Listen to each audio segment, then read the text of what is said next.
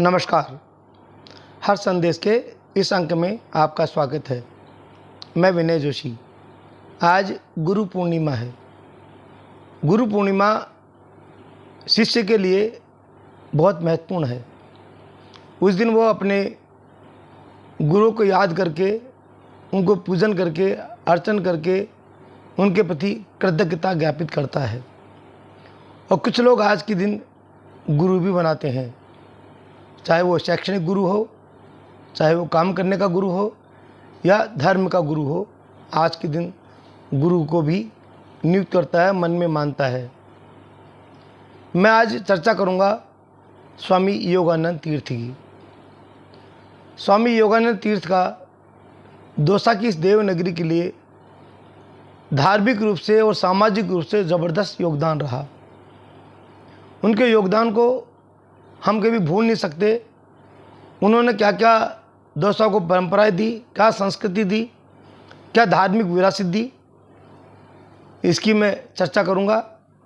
और चर्चा उन लोगों की भी करूंगा जिन्होंने स्वामी योगानंद तीर्थ को संवारा, संभाला, उनकी देखभाल की।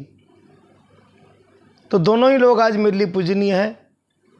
स्वामी योगानंद तीर्थ तो हैं ही, लेकिन जिन लोगों ने स्वामी योगानंद तीर्थ की देखभाल की वो भी मेरे लिए पूजनीय है। इसलिए मैं आज उनकी भी चर्चा किए बिना नहीं रहूँगा। प्रारंभ स्वामी योगानंद तीर्थ से करता हूँ। स्वामी योगानंद तीर्थ का जन्म महाराष्ट्र के सांगली कस्बे में हुआ था। सांगली महाराष्ट्र और कर्नाटक की बॉर्डर पे है। 18 मार्च 1933 को स्वामी योगानंद तीर्थ का जन्म हुआ। इनका नाम यो नाम से था। इनका नाम यो नाम से शुरू होता था, इसलिए गुरु परंपरा में इनका नाम योगानंद रखा गया। सामाजिक नाम की मैं चर्चा करना नहीं चाहता, ना तो मैं उनके परिवार की चर्चा करना चाहता। उनकी माँ की ज़रूर चर्चा करूँगा। स्वामी योगानंद तीर्थ की माँ का नाम गीता देवी था। माघ शुक्ल एकादशी गांधी जयंती के दिन 18 अप्रैल 1960 को स्वामी योगानंद तीर्थ ने संन्यास लिया। लगभग वो उस समय 27 साल के थे। पढ़ा लिखा इस युवा ने एक घटना से प्रेरित होकर संन्यास ले लिया। अभी मैं उस घटना की चर्चा करना नहीं चाहता। फिर कभी कोई अगला अंक स्वामी योगानंद तीर्थ के बारे में कहूँगा तो उसमें चर्चा करूँगा। स्वामी योगानंद तीर्थ सबसे पहले 1962 में दौसा आए, पैदल आए थे। सबसे पहले वो सोमनाथ मंदिर में रुके थे। वहाँ पर उनकी, मुझे पक्का नाम याद नहीं आ रहा, शायद उनका नाम लक्ष्मीनारायण जी मिट्टी या कल्याण जी मिट्टी था। जिनकी मोदी था, जिनकी बच्चों की दुकान नए कटले के अंदर गुड़ की दुकान है, वो उनके वंशज हैं। वो मोदी जी से स्वामी जी का परिचय हुआ। स्वामी जी ने मोदी जी से पूछा, मुझे यहाँ कोई एकांत स्थान है क्या जहाँ लोगों की आवाजाही नहीं हो? तो मोदी जी ने कहा कि एक पहाड़ पर मंदिर है नीलकंठ का, वहाँ कोई आता जाता नहीं है, वहाँ एकांत है। ये जानकर स्वामी योगानंद तीर्थ सोमनाथ से ही पहाड़ी के ऊपर चलते चलते नीलकंठ मंदिर पर पहुंच गए। पूरे पैर में गोखरू थे, घाव थे। दूसरे दिन जब मोदी जी नीलकंठ के मंदिर पर गए तो स्वामी जी के पैर की हालत देखकर बोलो कि महाराज ये तो क्या बहुत ज़बरदस्त घाव हो गए पैर में आपके। तो स्वामी जी ने कहा ये भगवान का प्रसाद है। स्वामी जी वहाँ रुके, उनको बहुत अच्छा लगा, एकांत लगा। लेकिन वो 1-2 दिन बाद उनको मिले नहीं मोदी जी को, और बाद में चुपचाप आकर जो आज मंदिर है, पहले छोटा मंदिर था, 8 बाई 8 का मंदिर था नीलकंठ का, और इसके पीछे एक जहाँ दरवाज़ा बना हुआ पीछे के साइड का पूर्व दिशा की तरफ वाला, वहाँ दरवाज़ा था, उसके ऊपर एक कोठरी थी, कमरा था, करीब 8 बाई 15 का कमरा था। स्वामी जी उसमें आके रहने लग गए, पर किसी को पता नहीं पड़ा कि यहाँ कोई संत रह रहा है, क्योंकि 2-4 लोग ही गिनती के नीलकंठ मंदिर में जाते थे। जब एक दिन किसी को, मोदी जी को किसी की आवाज़ आई कि यहाँ कोई रहने की आवाज़ आ रही है, तो उन्होंने देखा कि कोई जानवर या भगेरा कोई कमरे में आके बैठ गया। तो देखा तो स्वामी जी वहाँ बैठे हुए थे। उन्होंने कहा, महाराज आप कब यहाँ पधारे, आप तो चले गए थे ना। स्वामी जी ने कहा, मैं कहीं नहीं गया, मैं यहीं था। एक लंगोट धारण कर रखी थी केवल, तन पर कोई वस्त्र नहीं था, कोई कमंडल नहीं था, कोई पुस्तक नहीं थी, कोई झोला नहीं था, केवल एक लंगोट में थे स्वामी योगानंद तीर्थ। तो उन्होंने कहा, महाराज आप कब से रुके हो? वो कहा, मुझे 10-15-20 दिन हो गए। आपने क्या खा रहे हो? तो भगवान की कृपा से जल ग्रहण कर रहा हूँ। वहाँ एक खड्डा था जहाँ जो टाका है, उस टाके को ढक दिया गया। उस खड्डे में जो पानी भरता था बारिश का, स्वामी योगानंद जी उसको पीते थे। और जब लोग नहीं होते थे इस मंदिर में तो नीचे बैठते थे, जैसे उनको लगता था कोई आने वाला है, ऊपर कोठरी में जाके बैठ जाते थे। स्वामी जी उस समय 4 महीने रहे। इस दौरान उनका राधे श्याम जी आकड़, जिनको भाया जी के नाम से जानते थे, उनका स्वामी योगानंद तीर्थ से परिचय हुआ, हरचंदा जी से परिचय हुआ। और इन तीनों लोगों के अलावा स्वामी जी किसी से नहीं मिल पाए। इसका स्वामी योगानंद तीर्थ वापस चले गए। फिर उनका वापस प्रवेश हुआ 1967 में। उसको वापस स्वामी योगानंद तीर्थ को वापस लेके आने वालों में हरिश्चंद्र जी मामोड़िया और राधे श्याम जी आकड़, भाया जी और मोदी जी, उनका मुझे नाम याद नहीं आ रहा, उनका विशेष योगदान रहा। स्वामी योगानंद तीर्थ 1967 में वापस आए और लगभग 1989 तक वो दौसा रहे। बीच में वो महाराष्ट्र जाते थे, कभी 1 साल के लिए, कभी 6 महीने के लिए, कभी 2 साल के लिए, बीच में जाते ज़रूर थे। उन्होंने लंबे समय तक यह मौन साधना की। स्वामी योगानंद तीर्थ ने सबसे पहले सामाजिक काम को हाथ लिया और उन्होंने हरिजन बस्ती में सफाई का काम संभाला। उसके बाद स्वामी जी ने वाचनालय खोली, जो गांधी चौक में, जो शहर का पुराना शहर है, उसमें गांधी चौक है, वहाँ पर वर्षों तक वाचनालय संचालित रही। स्वामी जी ने सम्यक ज्ञान अखबार निकाला, जिसके खुद संपादक थे, और उनके अखबार की बहुत तारीफ थी। एक संत, पढ़ा लिखा संत, आपको बहुत कम ऐसा संत मिलेंगे जो धर्म के साथ साथ, जिनका शिक्षा पर भी जोर हो, विज्ञान पर भी जोर हो, समाज के ऊपर भी जोर हो। वो छुआछूत का कभी भी बर्दाश्त नहीं करते थे, उसको महत्व नहीं देते थे। स्वामी योगानंद तीर्थ भिक्षा लेकर अपना जीवन यापन करते थे। एक कमंडल उनकी एक शिक्षिका ने, या जो उनको गुरु मानती थी, उन्होंने स्वामी जी को कमंडल दिया 1969 में, 69 में। तब से स्वामी जी ने भिक्षा मांगना शुरू किया। एक घर में जाते थे, 3 आवाज़ देते थे। उस घर से भिक्षा नहीं मिलने पर दूसरे घर जाते थे, फिर 3 आवाज़ देते थे, और फिर तीसरे घर, आखिरी जो घर होता था उनका, उसमें जाते थे और 3 आवाज़ देते थे, हरि नारायण, ओम हरि नारायण, ओम हरि नारायण। कोई देता था भिक्षा तो उसको ग्रहण करते थे। पहले घर में भिक्षा मिल गई तो फिर 2 घरों में नहीं जाते थे, और तीनों घर में जाने के बाद भी भिक्षा नहीं मिलती थी तो स्वामी योगानंद तीर्थ वापस ऊपर नीलकंठ मंदिर में चले जाते थे। बहुत से लोग उनको गेहूँ डालते थे। उस समय लोग गेहूँ नहीं खाते थे, जौ खाते थे, तो 6 नवा जौ डालते थे। जो खराब जौ होता था वो भिक्षा में डाल देते थे। पहले घर में, या जिस घर में, तीनों घर में जिस घर में जो भिक्षा मिली उसके आगे मांगते नहीं थे, और जो भिक्षा में मिला उसी को पाते थे। लोग मक्का भी डालते थे तो मक्का खाते थे, ज्वार डालते ज्वार खाते थे, बाजरा डाल दिया तो बाजरा खाते थे, जौ डाल दिया तो जौ खाते थे। और कोशिश ये करते थे कि जो भी सामान मिले उसी का वो उस प्रसाद को ग्रहण करें, उसको व्यर्थ नहीं जाने दें। ये उनका हर संभव प्रयास होता था। ऐसा दुर्लभ संत जो कंचन कामनी और माया से बिल्कुल दूर हो। कभी भी उन्होंने चांदी सोने को नहीं छुआ। संन्यास लेने के बाद में कभी उन्होंने मुद्रा को नहीं छुआ, पैसे को नहीं छुआ, न रुपए को छुआ, न पैसे को छुआ, न चांदी को छुआ, न सोने को छुआ। जो धातु जिसकी कीमत होती थी, जो बाजार में चलती थी, जो प्रचलन में थी, उसको कभी नहीं छूते थे। और तीर्थ संप्रदाय से ताल्लुक रखते थे। तीर्थ संप्रदाय का संत कभी खाना बना के खाता नहीं है। इसलिए स्वामी जी ने कभी अग्नि को भी नहीं छुआ, कभी चूल्हा नहीं जलाया अपने हाथ से, कभी संसार की चिता को नहीं छुआ। तो पूरी तरह त्यागी संत थे। वो दौसा में बहुत से लोग उनसे जुड़े। सबसे पहले इस बात का जानकारी सोना माता जी को पता पड़ी कि औरतें उनके लिए गेहूँ डाल देती है, कचरा डाल देती हैं, छना हुआ अनाज डाल देती हैं, और वो संत उसको ग्रहण करता है।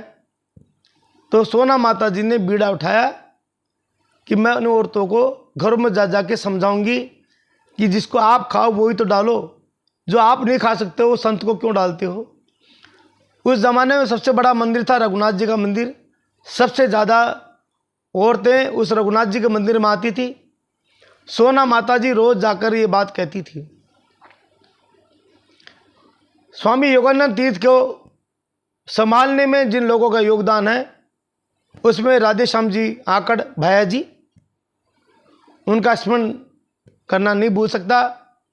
हरिश्चंद्र जी मामोडिया, राधे श्याम जी आकड़ भैया जी इस दुनिया में नहीं है, उनके परिवारजन हैं। हरिश्चंद्र जी मामोडिया हैं लेकिन वो अस्वस्थ हैं। सोना माता जी जिन्होंने स्वामी योगानंद तीर्थ को अपने पुत्र के समान पाला, उनका ध्यान रखा, वो भी अब दुनिया में नहीं है।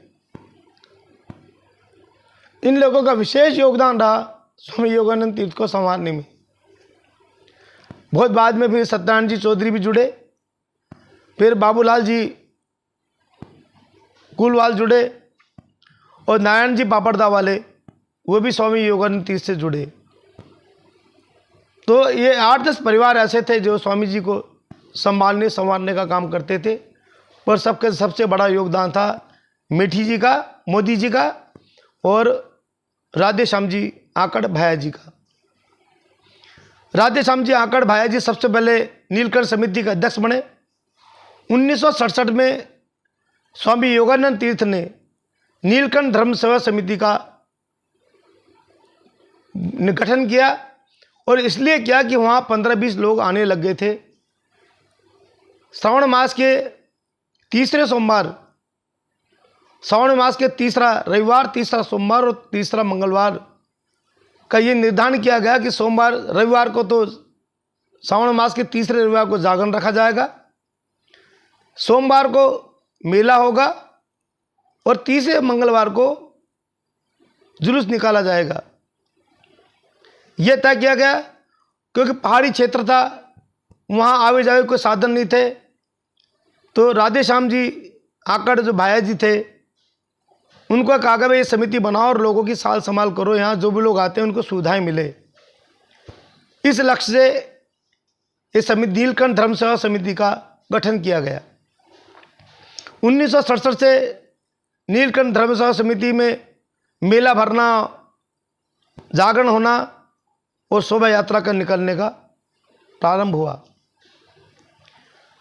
धीरे धीरे कारवां बढ़ता गया, और आज पता है कि नीलकंठ मंदिर में लक्खी मेला भरता है। 1983-84 की बात है, जब स्वामी योगानंद तीर्थ 2 साल के लिए महाराष्ट्र गए हुए थे, कामरे गांव में। पीछे से नीलकंठ धर्म सेवा समिति ने तय किया कि जो मंदिर है 8x8 का, ये छोटा पड़ने लग गया, यहाँ लोग सैकड़ों लोग आने लग गए मेले के दिन, तो मंदिर को क्यों नहीं बड़ा कर दिया जाए। और उन्होंने इस मंदिर को तोड़ दिया, और तोड़कर करीब 12x18 का मंदिर बना दिया, और मठोर तक का पहुंच गया। पर किसी आपस में किसी ने तय किया, राधे श्याम जी भाया जो आकड़ थे, उन्होंने कहा कि भाई इस बात की अपन स्वामी जी को जानकारी तो दें कि अपन ये कदम उठा रहे हैं, क्योंकि छत के निर्माण के लिए पैसा नहीं था इनके पास में। काम तो उठा लिया, लेकिन छत डालने के लिए पैसा चाहिए था। तब उनको स्वामी जी की याद आई। स्वामी योगानंद तीर्थ को राधे श्याम जी आकर ने, भाई जी ने पत्र लिखा कि महाराज इस तरह हमने मंदिर को तोड़ दिया, इस साइड का हम मंदिर निर्माण कर रहे हैं, इसमें आप हमारा मार्गदर्शन करें। स्वामी योगानंद तीर्थ ने जो पत्र लिखा उसमें उन्होंने आंसू के चित्र भी बनाए कि आपने बहुत गलत काम किया। प्राचीन धरोहर थी, इस मंदिर को प्राचीन रूप में रखना चाहिए था। अगर मान लो उसका दरवाज़ा बहुत छोटा दरवाज़ा था, करीब 3.5 फीट का, उसको नीचे झुक के अंदर जाना पड़ता था कि जरूरत पड़ती था आपके दरवाजे को ऊंचा कर सकते थे, पर मंदिर को मूर्त रूप में रखना चाहिए था। लेकिन आप उन्होंने लिखा अगर आपने ऐसा कर लिया तो अब रुको, आप मैं आऊँगा तब हम इस मंदिर का भव्य निर्माण करेंगे। स्वामी जी ने मंदिर निर्माण को लेकर भारत भ्रमण किया और सैकड़ों मंदिरों के नक्शे और फोटोएं ली। उसके आधार पर इस मंदिर का नक्शा बनवाया और 1983-84 में मंदिर का जीर्णोद्धार का काम विधिवत रूप से चालू हुआ। 3 साल तक 3 बार दौसा के अंदर इस मंदिर के लिए निर्माण के लिए उगाई की गई। प्रत्येक घर से उगाई की गई, बिना जाति के, बिना धर्म के, बिना व्यक्ति के देखे हुए कलेक्शन किया गया। पूरी कमेटी बनाई गई, निर्माण की कमेटी बनाई गई और स्वामी जी के सानिध्य में ही चंदा लिया जाता था घर घर जाके। जिस व्यक्ति ने जो चंदा दिया उसको स्वहर्ष स्वीकार किया गया, कभी भी दबाव देकर चंदा नहीं लिया गया। एक व्यक्ति की घटना है, वो मैं नहीं कहना चाहूँगा, नाम नहीं बताना चाहूँगा। स्वामी जी और उनके सब साथी थे, पूरी नीलकंठ समिति के 15-20 लोग जो चंदा कलेक्शन करने के लिए जाते थे। तो वो एक घर में गए, उन्होंने 100 रुपये भिजवा दिए, 100 रुपये की रसीद कट गई। बाद में पता पड़ा स्वामी जी आए हुए हैं, तो उन व्यक्ति ने कहा महाराज 100 रुपये नहीं, 500 रुपये, रसीद 500 के दो और आप कहो तो मैं 1100 की कटवाने को तैयार हूँ। ये 1984-85 की बात है। स्वामी जी ने कहा कि नीलकंठ समिति को, नीलकंठ भगवान नीलकंठ तो आप 100 रुपये दे रहे हो, 500 रुपये तो स्वामी योगानंद तीर्थ को दे रहे हो, और स्वामी योगानंद तीर्थ पैसे को छूता नहीं है, इसलिए 100 रुपये ही रहेंगे। बहुत उन्होंने अनुनय विनय किया, महाराज मुझसे गलती होगी, मैं 500 रुपये देना तो नहीं बेटा, फिर कभी योग बनेगा, फिर कभी चंदा लेने आएंगे, फिर भगवान को जो इच्छा होगी वो आप दान देना, अभी तो 100 रुपये की रसीद कटेगी। इस भावना के साथ ये मंदिर बनाया गया है। जयपुर के एक सेठ थे जिन्होंने नीलकंठ निर्माण के लिए ब्लैंक चेक रख के दिए स्वामी जी योगानंद तीर्थ के लिए। मंदिर निर्माण पूर्ण हुआ 88 के अंदर। स्वामी योगानंद तीर्थ ने 1988 में चेक वापस लौटा दिए, एक भी चेक को काम में नहीं लिया। सोनलाल जी बंसीवाल ने कहा कि महाराज मैं इस मंदिर को पूरी सीढ़ियों को लेकर मंदिर को संगमरमर का बनाना चाहता हूँ, आप मुझे आज्ञा दे तो मैं इस मंदिर का भव्य निर्माण करा दूँ। तो स्वामी योगानंद तीर्थ ने सेठ सोनलाल बंसीवाल जी को कहा कि सेठ जी इस मंदिर को आप बनाओगे तो ये नीलकंठ मंदिर का नहीं कहलाएगा, सेठ सोनलाल बंसीवाल का मंदिर कहलाएगा। मैं चाहता हूँ ये मंदिर दौसा के प्रत्येक व्यक्ति का हो। आप देखिए क्या भावना थी संत की। इसलिए तय किया गया मंदिर में किसी का भी कोई नाम लिखा नहीं जाएगा, ना किसी सामान पे, ना कोई बर्तन पे, ना कोई दानदाता का नाम, कहीं भी किसी का नाम नहीं होगा। नाम केवल होगा तो नीलकंठ मंदिर का ही होगा। इस प्रेरणा के साथ 1983-84 लेके 87-88 तक निर्माण चला। जून 1989 को स्वामी योगानंद तीर्थ ने दौसा को छोड़ दिया। उनका संकल्प था कि जैसे मंदिर का काम पूरा होगा वो दौसा छोड़ देंगे। अगर आज का कोई दूसरा संत होता, मेरी जैसी विचारधारा का होता, तो यहाँ बैठ के महामंडलेश्वर बन जाता। वो चाहते थे मंदिर नीलकंठ के नाम से जाना जाए, स्वामी योगानंद तीर्थ के नाम से नहीं जाना जाए। इसलिए नाम की परंपरा कभी नहीं रखी और हमेशा इस बात को भी कहते थे कि कभी भी नीलकंठ धर्म सेवा समिति का रजिस्ट्रेशन नहीं कराना, इसका कोई ट्रस्ट मत बनाना। उसके 2 कारण कहते थे स्वामी योगानंद तीर्थ। पहली बात तो जो मंदिर बना हुआ है वो वन विभाग की ज़मीन पर, पहाड़ पर बना हुआ है। नीलकंठ समिति का ना तो पहाड़ है ये, ना नीलकंठ समिति के नाम से कोई कागज़ है, इसलिए ये वन विभाग का है। इसलिए वन विभाग की ज़मीन पर कोई भी नगर पालिका, कोई भी नगर परिषद, कोई भी नगर निगम एनओसी नहीं जारी नहीं कर सकता। और बिना एनओसी जारी हुए बिना किसी भी संस्था का, किसी भी ट्रस्ट का रजिस्ट्रेशन नहीं हो सकता। एक कारण तो ये था। दूसरा कारण ये था, ये कहते थे ये पूरी दौसा की धरोहर है, पूरी दौसा का इसमें पैसा लगा हुआ है, किसी का श्रम लगा हुआ है, किसी की भावना लगी हुई है इस मंदिर में, किसी का मन लगा हुआ है। इसलिए नीलकंठ महादेव का मंदिर पूरी दौसा का है, इसलिए कभी भी इस ट्रस्ट का रजिस्ट्रेशन नहीं कराना चाहिए।